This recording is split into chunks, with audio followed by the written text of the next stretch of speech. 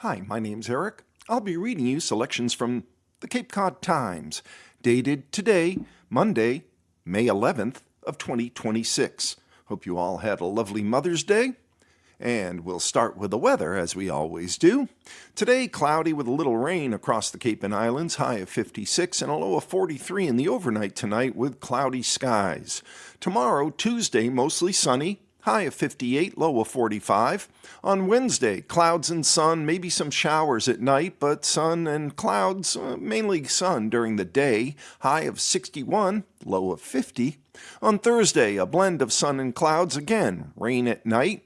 And on Friday, mostly cloudy, high of 58, low of 47. So the days look to be pretty nice this week. The nights might be a little wet. The sun will rise at 5:26 a.m. It will set at 7:50 p.m. We'll have 14 hours, 24 minutes of daylight. Now heading to the front of the paper, where they used to keep the lottery results, and we were requested to read the lottery results by a listener. And of course, if you want something read, you can always reach out to us at audiblelocalledger.org by emailing us at info@audiblelocalledger.org or calling 508-539-2030, and we'll consider reading it. And if you miss any of the information that we share in our readings, you can always go to audiblelocalledger.org, click on the Listen tab. It's a fully disability-compliant website. And under All Reads to the Blind, we have 150 chronologically arranged readings, and the most recent are at the top, so you can easily find whatever it was you were looking to catch up on. We also keep a wide variety of periodicals and literature up there for your listening pleasure, and we keep shopping guides and radio plays up there for both entertainment and, well, what's on sale at the grocery store. But for the lottery results, we go to the lottery at masslottery.com because the Cape Cod Times now goes to press too early to give you the latest results. So for the numbers game of Sunday, May 10th of 2026, in the midday winning numbers, the results were 1, 6, 3, 0. Again, yesterday's midday winning numbers, 1, 6, 3, 0. Evening winning numbers for Sunday, May 10th, last night, are 5, 9, 4, 0. Again, last night's winning numbers, 5, 9, 4-0.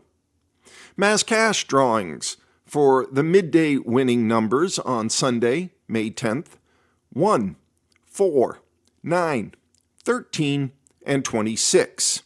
And the evening winning numbers for mass cash of Sunday, May 10th, 4, 10, 12, 16, and 29. Good luck to all who play. Remember us if you win. From the front page of today's Cape Cod Times, the headline reads, Orleans Town Meeting faces vote and a tax override for a $55 million fire station, by Zane Razak. Orleans residents will decide whether to support millions in funding to construct a new fire rescue station at the May 11th town meeting. The proposal before voters asks them to approve borrowing up to $55 million to build a new fire rescue station on Eldridge Parkway, with debt excluded from Proposition 2.5 tax levy limits. The proposal would also authorize town officials to seek and accept outside grant funding to offset project costs. The proposal originally asked for up to $60 million, but on Wednesday, May 6th, the Select Board voted to reduce the request to $55 million. The board received a project update from OPM, Rick Pomeroy, and architect Ted Gallant, along with acting on design direction recommendations from the Fire Rescue Building Committee, an update on the town website stated. This reduction reflects the team's continued commitment to meeting the needs of our fire rescue department while being prudent with town finances. Approval of the borrowing on a ballot vote on the May 19th town election is needed as well for the project to move forward. Town meeting will be held at 6 p.m. on Monday, May 11th, at the Nauset Middle School Gymnasium at 70 Route 28. Voters are set to decide 36 articles. Fire chief says the truck bay is tight and no proper decontamination area. The current 1987-built fire station sitting on a steep hill at 58 Eldridge Parkway is too small, and it doesn't meet safety or operational needs, according to town officials, who cite inadequate space for personnel and equipment, outdated facilities, and a lack of proper decontamination and training areas. Fire Chief Jeff Deering previously told the Times that the existing station was designed for 2 firefighters per shift, whereas today 6 or 7 are on duty at any one time. The truck bay is so tight that firefighters sometimes have to move other vehicles out of the way to reach equipment. National standards for fire department turnout time between gearing up and leaving the station is 80 seconds, according to the National Fire Protection Association. The Orleans Fire Station currently exceeds that because of the layout and access challenges, said Deering, even though studies show crews can reach 99.6% of town properties in 8 minutes or less once they're on the road. Right now, those fire responses are about 2 minutes, sometimes a little longer, just because of the layout of the building, said Deering in March. We can't engineer our way out of that. In November, town meeting agreed to purchase land next door, currently housing the Advanced Family Dentistry of Cape Cod, with $1.35 million. After the purchase, the town intends to lease the property back to Gregory Monfett, who owns the dentist office, for 18 months, so he can relocate locally. This means Monfett will continue to operate out of his current location until the summer of 2027, when construction is estimated to begin if the article passes, said Deering. In another article, voters will also consider spending $600,000 in free cash to acquire about 0.48 acres of land at 48 Eldridge Parkway for the planned fire rescue station. Town officials say this purchase would help site access, traffic flow, and overall design flexibility, while eliminating impacts to Orleans Elementary School and avoiding the need for zoning relief or temporary construction easements. The land would be added to adjacent town-owned property already slated for the project. Officials noted the purchase would not require borrowing and would have no tax impact. Also on the docket is spending $175,000 in Community Preservation Act funds to buy a conservation restriction on about 3.78 acres at 32 Locust Road in Orleans, including 620 feet of Cedar Pond shoreline. The Orleans Conservation Trust wants to buy the land for passive recreation and to protect land, freshwater shoreline, and wildlife habitat. In addition to the $175,000, the trust has secured a state grant for $260,000 and is collecting donations for $150,271, according to the warrant.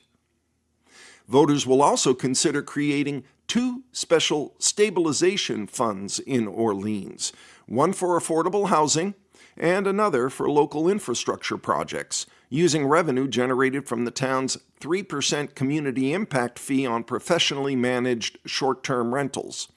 According to the proposal, 75% of the revenue would go toward affordable housing and the rest toward infrastructure. Town meeting approved the measure last November, but residents must re-vote after officials realized the vote was announced as passing by a simple majority, but the article requires a 2/3 vote to be accepted and adopted. Town meeting voters will also consider approving transferring $45,000 from free cash to support a water quality improvement project in Mill Pond. The proposal would fund development of an oyster aquaculture program aimed at reducing nitrogen levels in the pond, modeled after a similar project at Lonnie's Pond in Pleasant Bay. Town officials say the money would pay for an aquaculture consultant, design work for floating oyster cages, and state permitting, with the goal of launching the project in spring of 2027. The next headline in the Cape Cod Times of Monday, May 11th, Sandwich delays vote on guns. And this was covered very much in detail in both the Sandwich and Falmouth enterprises last week. And those are on our website if you'd like to read more into it about through those articles. More weapons equals more risk by Rachel Devaney. The topic of guns lit up discussion during the May 4th Sandwich Town meeting, with residents at odds over whether firearms should be allowed on municipal property. Article 18, a petition article, sought to opt out of a 2024 state law that in part prohibits firearms from being carried in all municipal buildings across the state. There's an expression in the firearms community: when seconds count, the police are just minutes away, said town resident Peter Bosco during the discussion period for Article 18. Ultimately, residents chose to indefinitely postpone the article with 253 votes after comments about the language became unclear. The Citizen's Guide and the explanation at the back of the warrant specifically says concealed. The article itself does not, said town resident Candace Thompson. State law appears to indicate that having a license to carry means you can openly carry or have a concealed firearm. Which is correct, the article or the town's interpretation? During town meeting, which was held at the middle high school, residents sailed through articles that supported the school district and beach nourishment projects. Town manager George Bud Dunham also spoke at length about the recommended general budget, which reflects a 2.88% increase, and the proposed school operating budget, which reflects a 2.8% increase over fiscal year 2026. Maintaining services while limiting growth has required prioritization across departments and careful review of both operating needs and long-term financial commitments, said Dunham. The 2024 firearms bill does, in part, prohibit guns from being carried in all municipal buildings. But Article 18, Town Clerk Taylor White said, was intended to adopt language within the law that gives local communities the ability to opt out of that restriction. Sandwich resident William Fry introduced Article 18 and said he was filling in for town resident and local business owner John Mawhinney, who petitioned for the article on the warrant. Mawhinney said Fry was unable to attend town meeting due to a family emergency. For Fry, passage of the article would enable town administrators to protect themselves. There are chances that somebody might be emotionally or criminal or mentally hell-bent on trying to cause a horrific scene, said Fry. I think you'd be able to protect yourself or your fellow employees.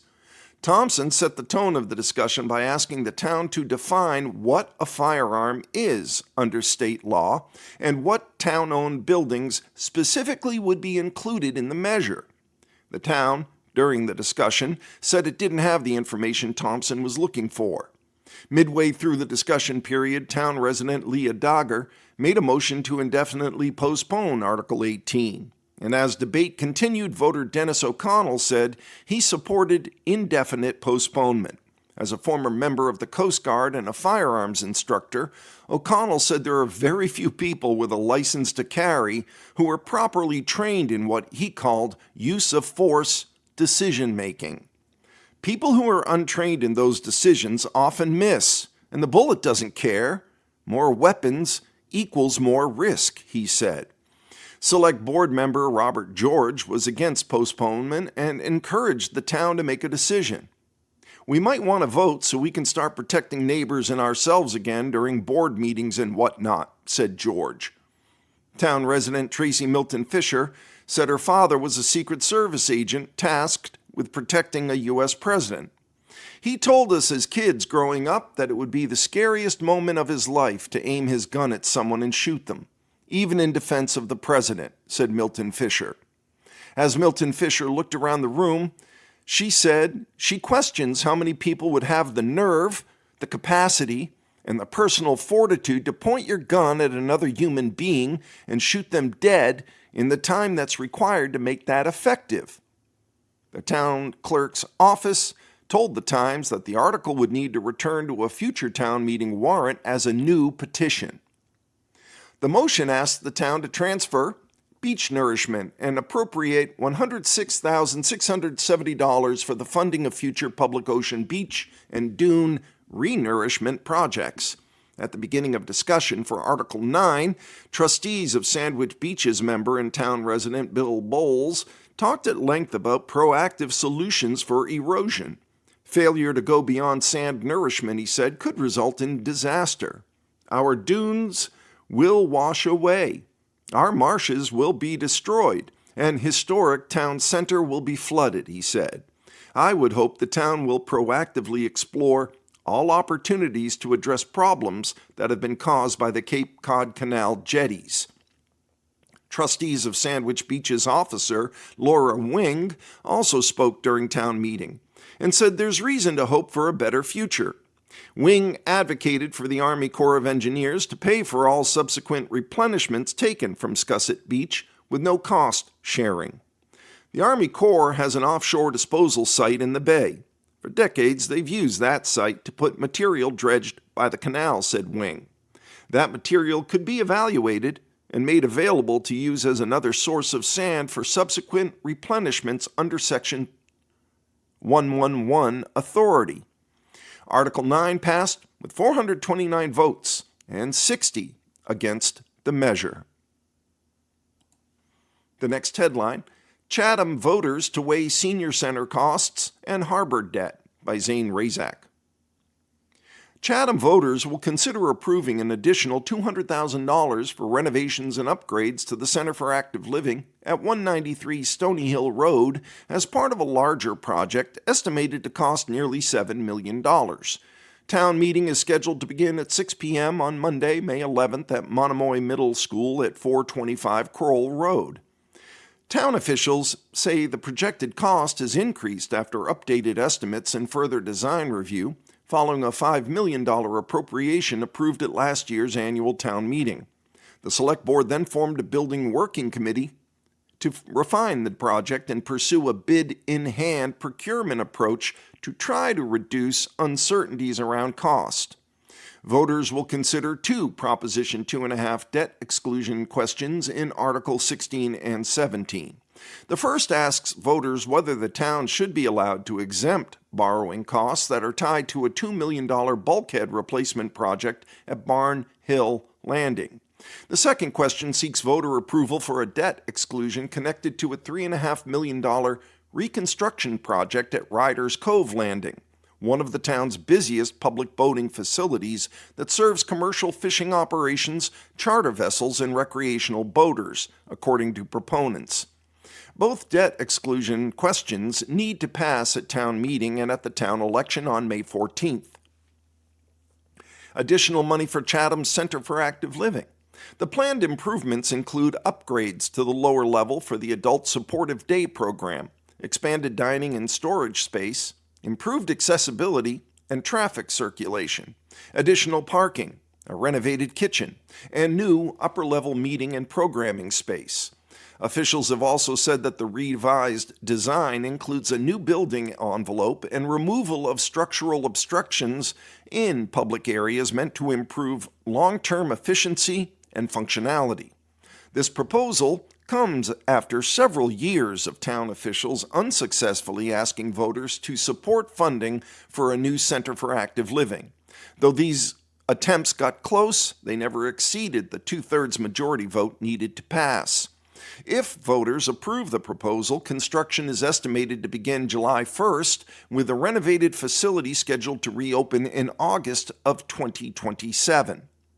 Residents will also consider transferring $500,000 from free cash into the town's overlay account to support implementing a residential tax exemption program meant to begin in fiscal year 2027. Town officials say the overlay account will be used to fund tax abatements and exemptions, and that the additional money will ensure eligible residents who apply late for the exemption can still get tax relief. Officials described the request as a short-term funding measure needed during the program's first year of implementation. The proposed residential tax exemption is also subject to a separate non-binding article submitted by the Finance Committee requesting the Select Board delay implementing it by at least a year. The committee pointed to concerns about unintended impacts on homeowners with properties held in trusts, or LLCs, potential rent increases, and questions about the long-term financial impacts. The Select Board opposes the delay request in a 3-2 vote. Housing articles are on the agenda. Funding for a proposed housing project will also be considered. Voters will weigh whether to approve a transfer of $2.1 million from the town's Attainable Housing Special Revenue Fund to help finance a proposed 14-unit home ownership development on town-owned land at Stepping Stones Road. The project is proposed by Housing Assistance Corporation, and it would feature 10 attainable ownership homes and 4 affordable units. Town officials said the attainable housing portion would be funded through revenue generated from 1% of the town's short-term rental tax receipts, which are automatically deposited into the housing fund by the state. The fund held about $3.1 million as of December 31st, according to town documents. A different article asked voters to authorize the town to accept the 63 George Ryder Road property left by late resident Priscilla Pat Ford for affordable housing. Under the proposal, the town could renovate, redevelop, lease, or sell the property to support affordable housing. Officials say the property is subject to a roughly $46,000 mass health lien and unpaid taxes, though any associated costs would be covered through sale proceeds or housing trust funds rather than the town's operating budget. Final story on the cover of today's Cape Cod Times: State Representative Chris Flanagan exits 2026 race, by Denise Coffey. State Representative Christopher Flanagan, Democrat from Dennis, who faces federal charges of wire fraud, will not run for re-election in the 1st Barnstable District. The two-term state representative did not submit nomination papers by the May 5th deadline, according to Deborah O'Malley, Communications Director for the Secretary of the Commonwealth. Therefore, he's not eligible to file certified papers with the State Elections Division by June 2nd. Flanagan could not be reached for comment on Thursday. His home and State House office phones went unanswered. Flanagan pleaded not guilty in 2025 in U.S. District Court in Boston to 5 counts of wire fraud and a 6th count for falsifying records in his 2022 campaign for state representative. He's alleged to have defrauded the Cape Cod Home Builders and Remodelers Association of tens of thousands of dollars to use for personal expenses and campaign funding when he was the executive officer. It's alleged he also falsified records in connection with an investigation by the Mass Office of Campaign and Political Finance into his 2022 campaign for state rep. Flanagan represents the town of Brewster, the town of Dennis, and precincts 1, 2, 3, 4, 7, and 8 of the town of Yarmouth. On March 25th of 2026, Flanagan's attorney, Jess McGee, filed a motion to dismiss the charge that he falsified records in his run for state office. The motion argued that the state's investigation of campaign finance laws is a matter solely within the jurisdiction of the Commonwealth. Flanagan won re-election in 2024 before he was indicted in April of 2025. An initial pretrial conference has been scheduled for May 12th, according to court documents filed on April 13th. That's obviously tomorrow. The discovery is complete, there are no pending or anticipated motions, and the trial is expected to last about a week, according to the document. 3 candidates are running for Flanagan's seat. They're Democrats Christopher Lampton and Stephen Libowitz, and Independent Joe Glynn. Moving inside the paper, about 600 voters cast ballots in Sandwich. There are 2 contested races, by Rachel Devaney.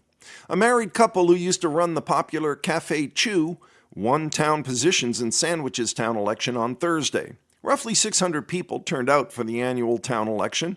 Although most of the 2026 positions on the ballot aren't contested, including Select Board and School Committee, 2 people went head-to-head for a 3-year constable seat, and 2 ran for a 3-year Weston Memorial Fund trustee position, according to the town.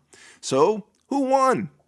Tobin Craig Wirt will be the town's constable with 396 votes, and Jonathan David Finn will serve as the town's Weston Memorial Fund trustee with 312 votes, according to unofficial election results that were posted to the town's website.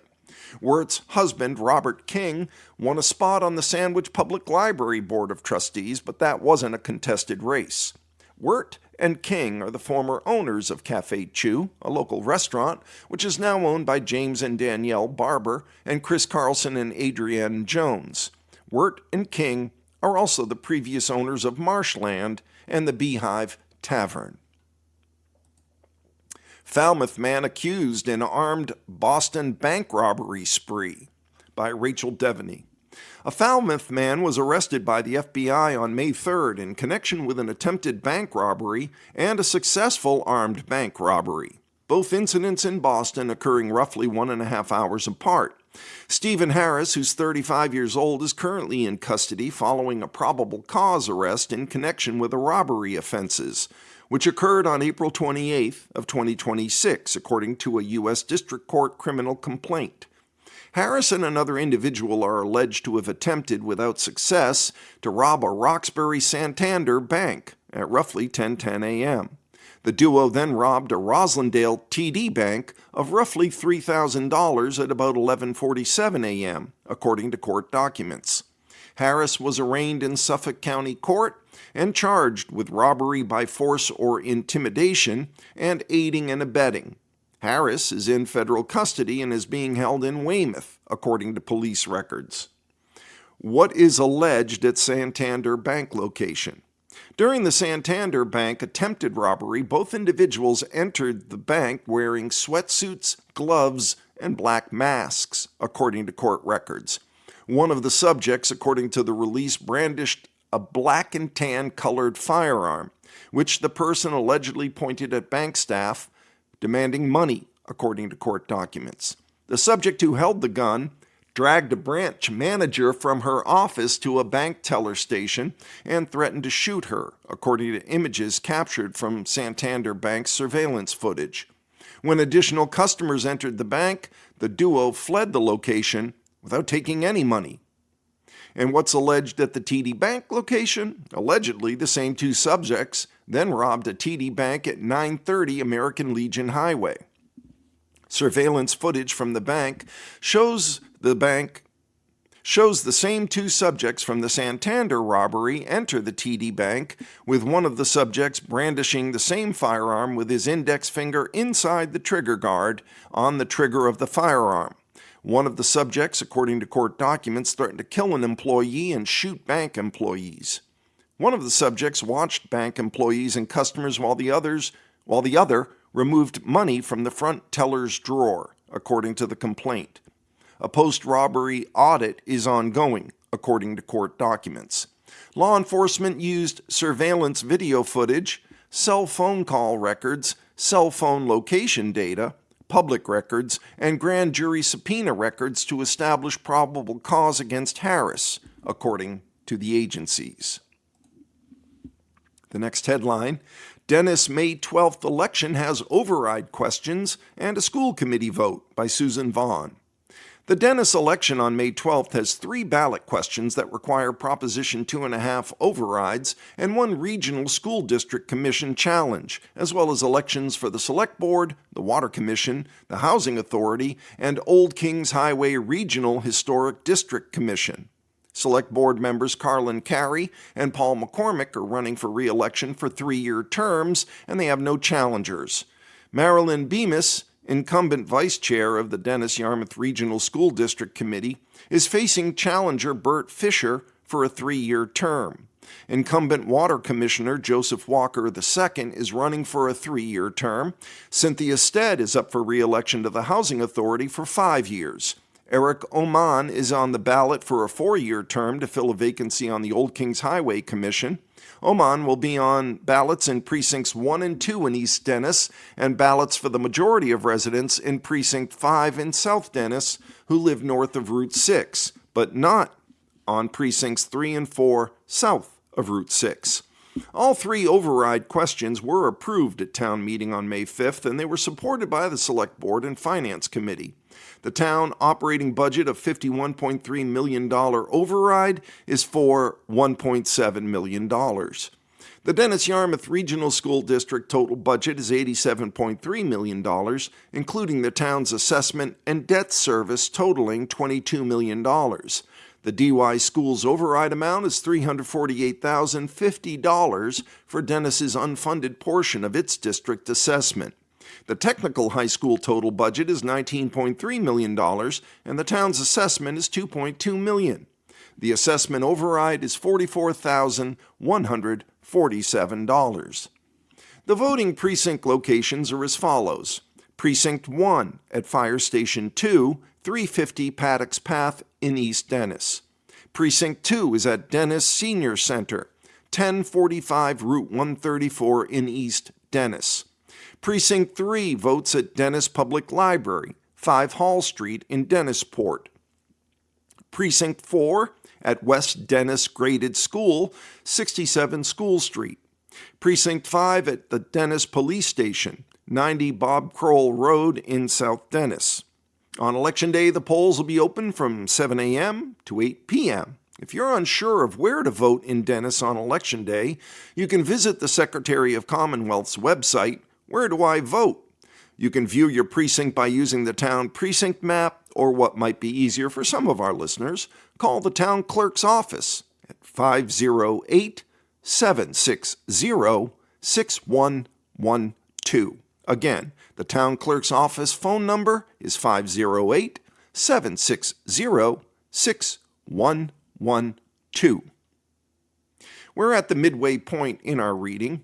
Regular listeners are aware, I'm sure, it's at this stage that we go to a different kind of local news, and in this case, that's the obituaries and death notices and memorials listed in the Cape Cod Times.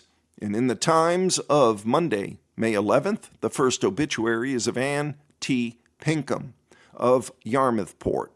It's with great sorrow that we announce our beloved mother, grandmother, sister, and friend, Ann T. Tony Pinkham of Yarmouthport, died peacefully March 16th at the age of 82. A longtime resident of the Whaling Port neighborhood, Tony was the daughter of Cape Cod maritime historian and writer, the late Haynes R. Mahoney, Jr. She was born August 23, 1943, in Charleston, South Carolina, where her father was training as an artillery officer, soon to join the U.S. forces in Europe in World War II. She tragically lost her mother in an accident while still a toddler and went to live with her father in post-war Germany, where he was stationed as an official in the American occupation government.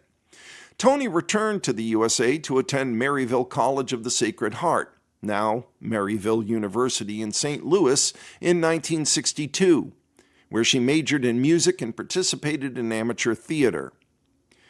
After graduation, Tony took a position with American Airlines, based out of Boston, where she would meet her husband, Leon Pinkham. They married in 1968, and before an amicable divorce in 1974, had 2 children. She moved to Yarmouthport to live with her father in the mid-2000s, taking work in a satellite office of the Sealed Air Company in Hyannis until retiring when the office closed. She is survived by many family and friends and will be greatly missed. Memorial visiting hours with the family will be held at the Hallett Funeral Home, 273 Station Avenue in Yarmouthport, on May 16th from 10:30 a.m. to 12:30 p.m. In lieu of flowers, any donations can be made to Hilltown Youth Recovery Theater. The next obituary is of Marilyn Koch Francis of Brewster, who passed on May 5th in Holyoke. She was born on July 30th, 1939 in Springfield, and spent her childhood summers on Cape Cod, where her father worked as a summer camp director. Her family relocated there full-time in the early 1950s, and she graduated from Orleans High School in 1957. She attended Springfield College for 2 years and went on to graduate from BU's Sargent School of Health in 1961. In that same summer, Marilyn married her lifelong love, Richard Francis, on Cape Cod. They moved to East Hampton, Massachusetts, where she began her long and meaningful career as a physical therapist. She worked with the Northampton Visiting Nurse Association for nearly 40 years. In 1964, Marilyn and Richard purchased a home in Brewster, where they spent summers and vacations for many years before making it their permanent residence upon retirement in 2000. In retirement, they embraced travel, exploring the world together and with so many close friends, often by cruising. Marilyn also gave back to her community by volunteering as an ombudsman for the elderly at several Cape Cod facilities. Her happiest moments were often the simplest. Her favorite was just sitting on the porch at her Brewster home, admiring her gardens and watching the birds and wildlife. She was predeceased by her husband, Richard Francis, and is survived by many family and friends. Calling hours will be held at the Mitchell Funeral Home, 15 Park Street in East Hampton, Mass., Friday, May 15th, from 4 to 6 p.m. A gathering will then be held at the Delaney House at 3 Country Club Road in Holyoke from 6 to 9 p.m. Any donations may be made to the Grant W. Koch, K-O-C-H is how that's spelled, Scholarship Fund at grantwkochfund.org/index donate. The next obituary is of Marilyn Wiinikaninen of Cotuit, who, at the age of 76, passed peacefully at Masonic care in Shelton, Connecticut. She was a devoted mother, grandmother, and lifelong learner.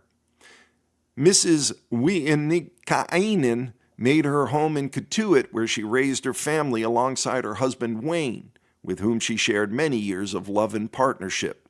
Marilyn was a proud and loving mother of 3 children, and she was known for her warmth, quiet strength, and unwavering devotion to those she loved.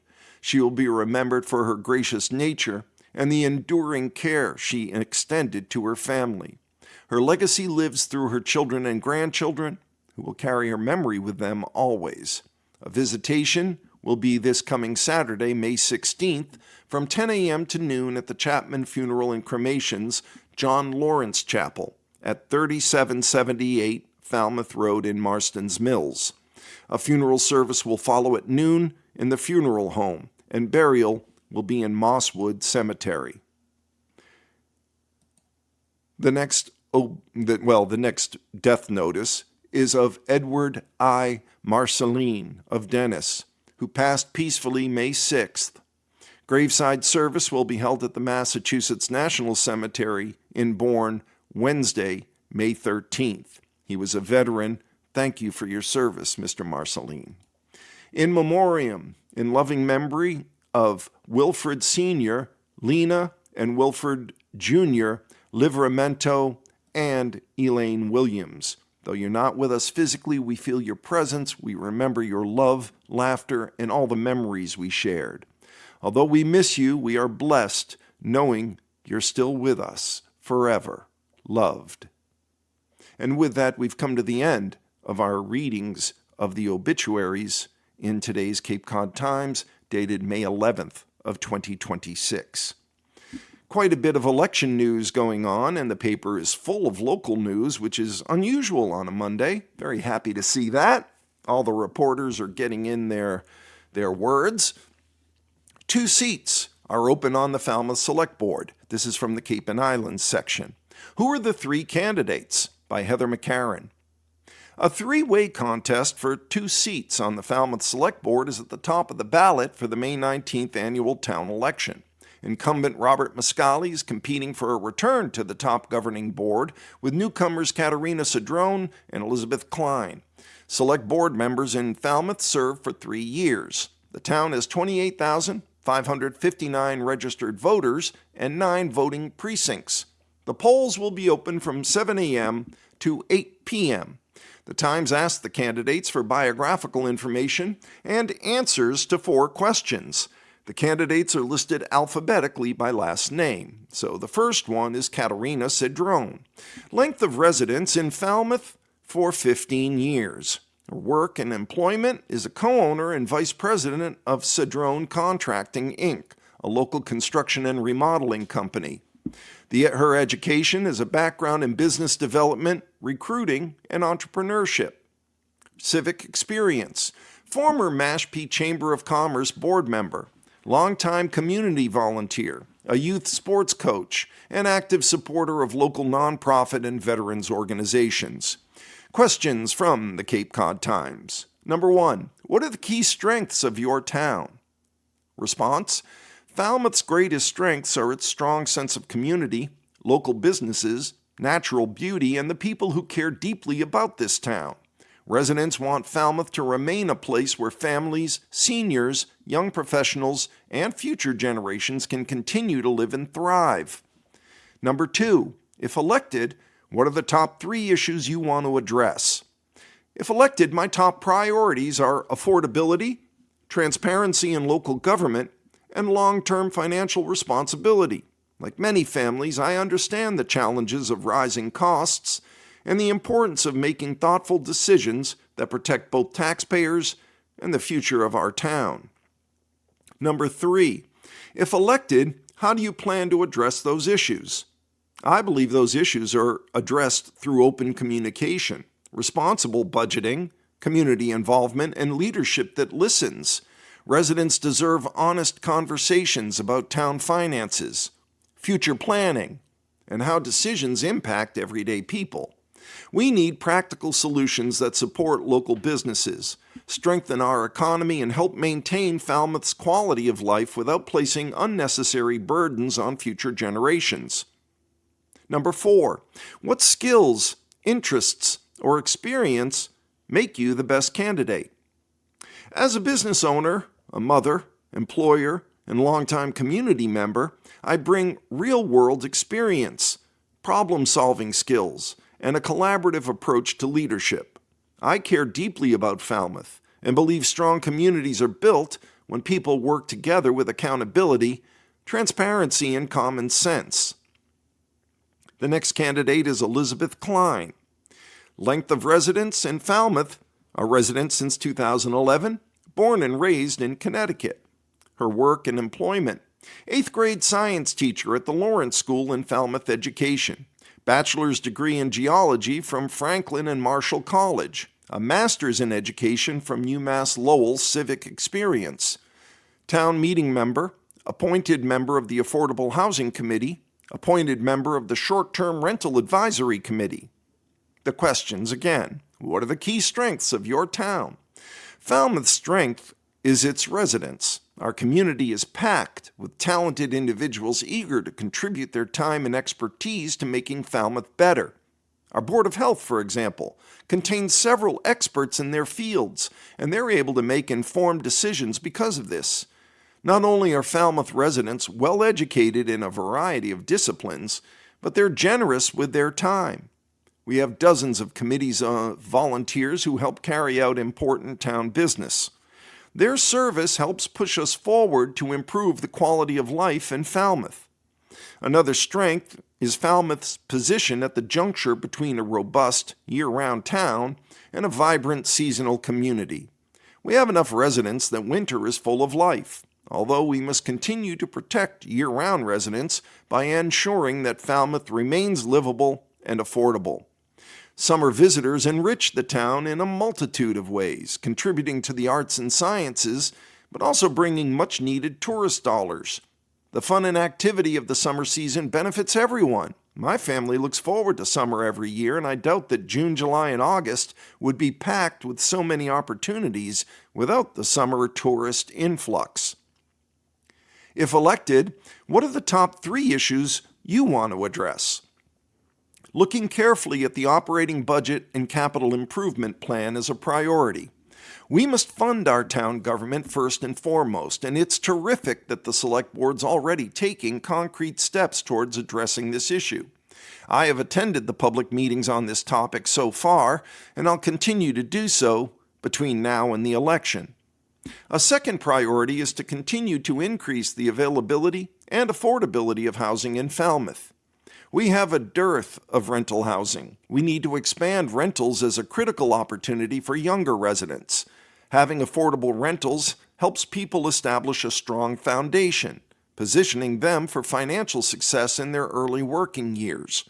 Homes for purchase need to be affordable for municipal employees, medical professionals, including nurses and technicians, scientific staff from the research institutions, and others who call Falmouth home. The future of our low-lying coastal areas represents the third priority. There's already work happening with a focus on Surf Drive. This is a vulnerable stretch of coastline, and with sea level rise, the future in this area is in jeopardy.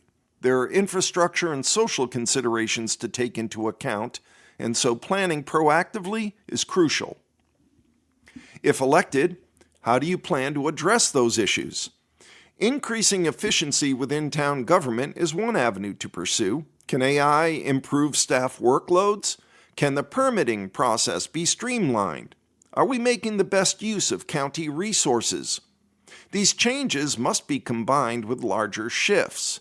We need to determine what capital projects we can realistically afford. Based on information from the town's financial committee, getting a handle on the first few years of operating budget deficit will pay off in the long run. I want to increase housing opportunities without new construction. Deed restricting units when reselling homes to income-qualified buyers is one possibility. Market-rate homes can be subsidized with fund-raised money and funds from the Affordable Housing Fund, allowing them to resell at an affordable rate.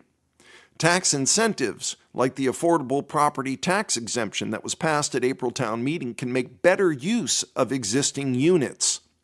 We need to consider managed retreat in areas of Falmouth to respond to rising sea level. Other communities have formalized this process, and we should look at those towns as an example of how we can move ahead.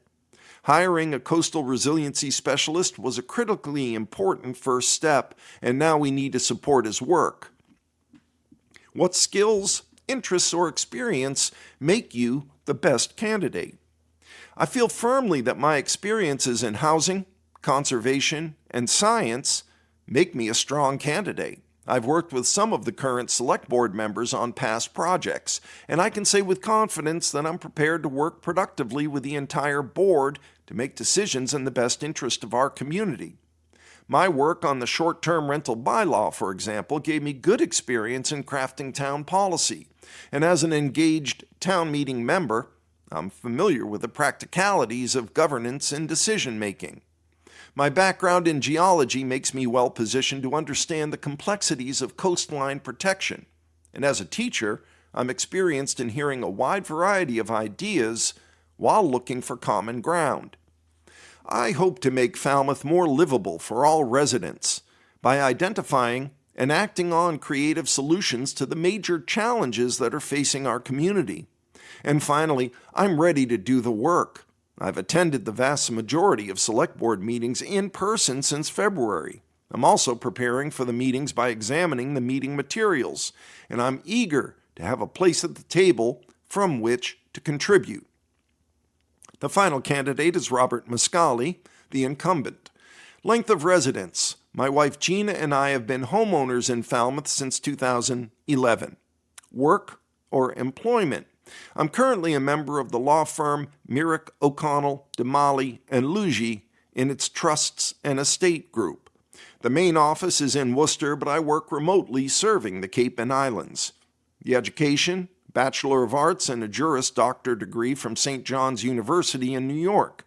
He was admitted to the Bar of New York in 1977 and in Massachusetts in 2017. Civic experience. In 1997, then Governor Pataki appointed me as managing attorney of the New York State Office of Persons with Developmental Disabilities. I've served on the Falmouth Commission on Disabilities, was appointed and then elected to the Falmouth Housing Authority, served on the Falmouth Economic Development and Industrial Corporation, and I'm currently on the board of the Cape Cod Regional Transit Authority. I was elected to the Select Board in 2023, and I currently serve as chairman. I'm currently a member of the board of directors of a number of local and county nonprofit corporations. The questions again. What are the key strengths of your town? As the second largest town on Cape Cod, with a year-round population of over 32,000 and a summer population over 100,000, Falmouth is a leader in culture, the arts, and education. Its strengths include a vibrant downtown community, world-class research institutions, an engaged and diverse population, and of course, with the Shining Sea Bikeway and 68 miles of coastline and 10 public beaches, Falmouth is a premier tourist destination. If elected, what are the top 3 issues you want to address? Like many towns across the Commonwealth, Falmouth is facing significant fiscal challenges and looming budget shortfalls, and quite expensive and extensive capital needs over the next 10 years. So, addressing them in community-wide discussions over the next 6 months is a top priority. Of course, as a coastal community, the environment remains a critical concern for Falmouth, so reducing nitrogen load into our ponds and waterways, ensuring our clean water supply, and protecting our beaches from the effects of sea level rise and climate change is a second issue of concern. And finally, this is the Cape, and providing housing across all income levels and needs has been and remains a top priority. If elected, how do you plan to address those issues? Clearly, we need to take a critical look at all of our expenses and try to save wherever possible. But where a town is only allowed to raise property taxes by 2.5%, and our overall costs are increasing by double that and more, we need to be creative. Unlike many towns across the Commonwealth where budgets and overrides have been defeated, Falmouth is out front looking at our operating and debt forecasts so that we can be proactive rather than reactive in our fiscal decisions. We've instituted a residential real estate tax exemption that will shift the burden of real estate taxes from our year-round residents to those who only visit or who have very expensive houses, and we will need to adopt the specifics of such a program so that it's administered efficiently and equitably. I also think we need to look into the possibility of designated revenue funds such as Water Infrastructure Investment Fund, the disposition of some town-owned properties, and a careful analysis of our planned capital improvements. On the housing front, we've started the process to become a seasonal community, which offers a number of benefits for increased housing. What skills, interests, or experience makes you the best candidate? I'm a longtime member of Rotary International, whose motto is service above self, and through my entire adult and public life, I've strived to live according to that ideal by getting involved in a number of local causes as soon as my wife and I came to Falmouth. As a practicing attorney with close to 50 years of experience representing the private, public, and nonprofit sectors, I bring a pragmatic, thoughtful, and deliberative approach to all issues that come before our board. As chair, I have consistently placed matters on the agenda that deserve discussion among our members. Recently, I took the lead in directing Town Council to develop a policy restricting ICE civil enforcement from operating on town-owned property, becoming the first town outside the Boston metro area to adopt such a policy. Believing in the need for transparency and community involvement, we've held a number of community forums soliciting responses from the community on issues such as school safety and the plans for our new police station. Falmouth polling times and locations. You've heard from the 3 candidates. Polling on Tuesday, May 19th, will take place from 7 a.m. to 8 p.m. That is a week from tomorrow.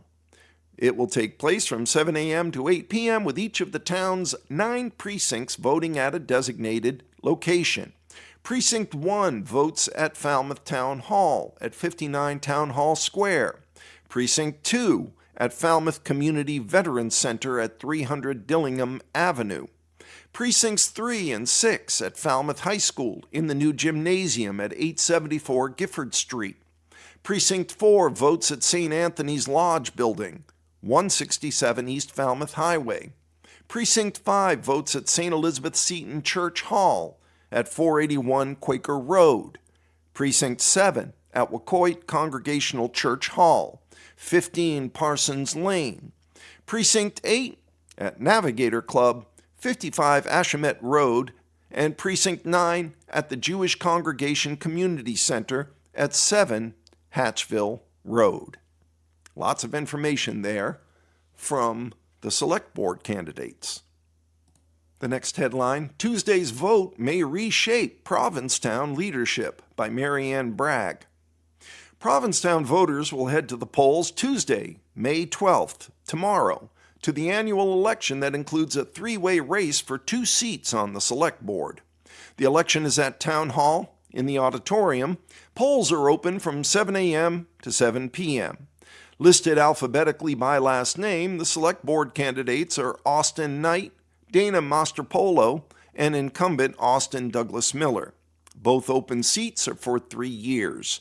There's one Proposition 2.5 override question on the ballot. The question asks voters to approve an assessment of an additional $332,000 in real estate and personal property taxes to fund a minimum revenue guarantee with an airline to provide year-round air service, including all incidental or related costs for the fiscal year beginning July 1st. The measure did not pass at the annual town meeting on April 6th. As a Proposition 2.5 override, the subsidy needed to be approved both at town meeting and the annual town election on May 12th. If approved in both instances, a contract with Cape Air would have been finalized, according to town manager Alex Morse at the March 31st pre-town meeting forum. And we'll close with some quick scores from Saturday's high school roundup by Courtney Jacobs. In girls lacrosse, St. John Paul II, 19, Monson, 7. 18-9 victory of Nauset over Hampshire Regional. In boys lacrosse, it was St. John Paul II, 15, Monson, 4. It was Nantucket 10, Canton 3. Martha's Vineyard 18, Dennis Yarmouth 7. In softball, Bishop Stang 13, Barnstable 1. That only went 5 innings. Martha's Vineyard 6, Cohasset 0 in baseball. St. John Paul II 8, Archbishop Williams 4 in baseball. And it was Nantucket 13, Brighton 12 in baseball. And with that, we've come to the end of our reading of the Cape Cod Times for today, Monday, May 11th of 2026. This is your reader, Eric, saying, be well, be safe, look after each other, and remember our veterans, especially those that we've lost recently. Bye for now.